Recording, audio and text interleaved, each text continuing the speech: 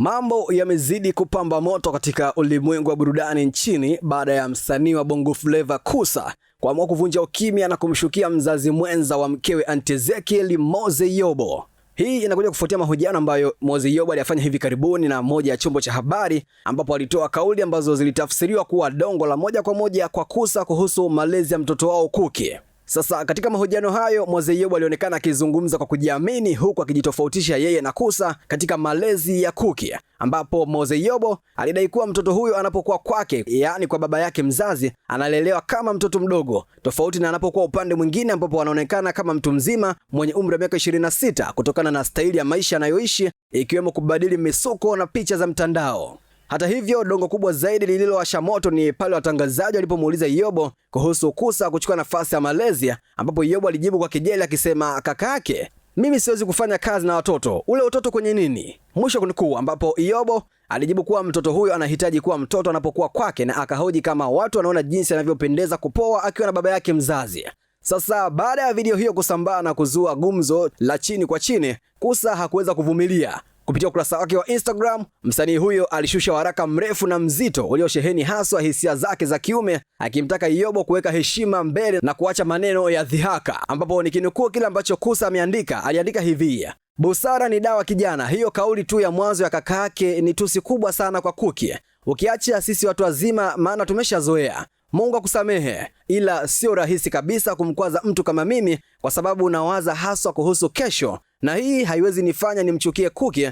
Ila leo acha nikwambie kitu tu kiume, wewe ni kijana mmoja tu uliyeteleza, na anajua fika hujui hata unachokiongea, ila sifa na kamera vinakufanya uvuke hadi mipaka na misingi ya kiume.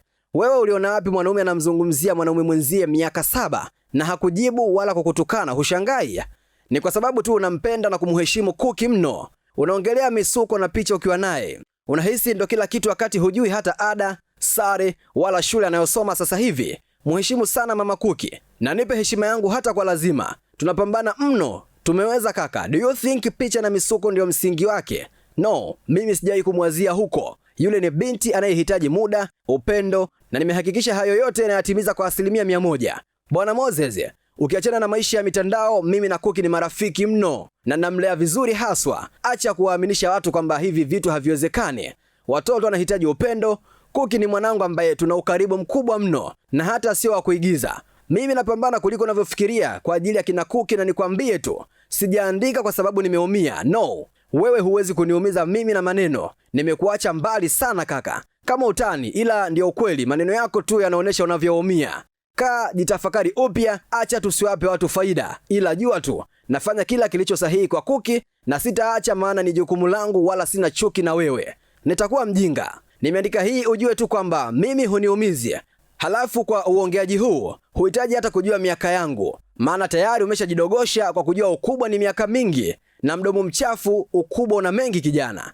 Haya mambo ni ya kishamba mno, yani ilitakiwa muda huu unanipigia mapande ngoma ziende, niongeze ada. Asante, kuhusu mengine sahau kujibiwa, mke wangu yuko bize sana. Mwisho kunikuu. Sasa kupitia kauli hii Kusa ameonyesha ukomavu mkubwa kwa kuweka wazi kuwa vipaumbele vyake vipo kwenye majukumu ya msingi kama shule na malezi bora ya mtoto, huku akipiga mkwara kuwa upande wake na mama Kuki, yani Aunt Ezekiel, hauna muda wa kuendeleza malumbano hayo kwenye mitandao ya kijamii. Na hii si mara ya kwanza kwa malezi ya Kuki kuleta sintofahamu kati ya pande hizo mbili, lakini raundi hii majibu yamekuwa ya kiume na ya ana kwa ana. Sasa macho na masikio ya mashabiki hapo kwa Mzee Yobo. Je, atarudi tena hewani na dongo lingine au atafuata ushauri wa Kusa na kujitafakari upya? Dondosha maoni yako sehemu ya comment. Jina langu ni H+ na hii ni Global TV.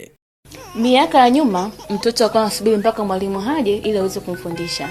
Kwa sasa namna teknolojia ilivyokuwa, mtoto anaanza kujifunza mwenyewe bila kumtegemea mwalimu yoyote. Hivyo basi, tablet zetu _TZ tumeweza kukuletea tablet ya KT37 kwa bei ya 2,500 tu. Hii ni tablet ambayo ina kioo kigumu kabisa, sio rahisi kuvunjika, yenye betri ambayo inaweza kukaa na chaji kwa muda mrefu, na kioo chake ni cha inchi 10. Hii tablet ina uwezo wa kutumia line, internet pamoja na wifi. Hivyo basi, unaweza kumnunulia mwanao hii tablet kwa ajili ya kujifunza. Usiweze kupitwa na ofa hii kutoka tablet zetu _TZ. Tunapatikana Sinza Mall, Dar es Salaam. Unaweza kuwasiliana nasi kwa nambari 0759591123. au kupitia mitandao yetu ya kijamii kwa jina la @tabletzetu_tz.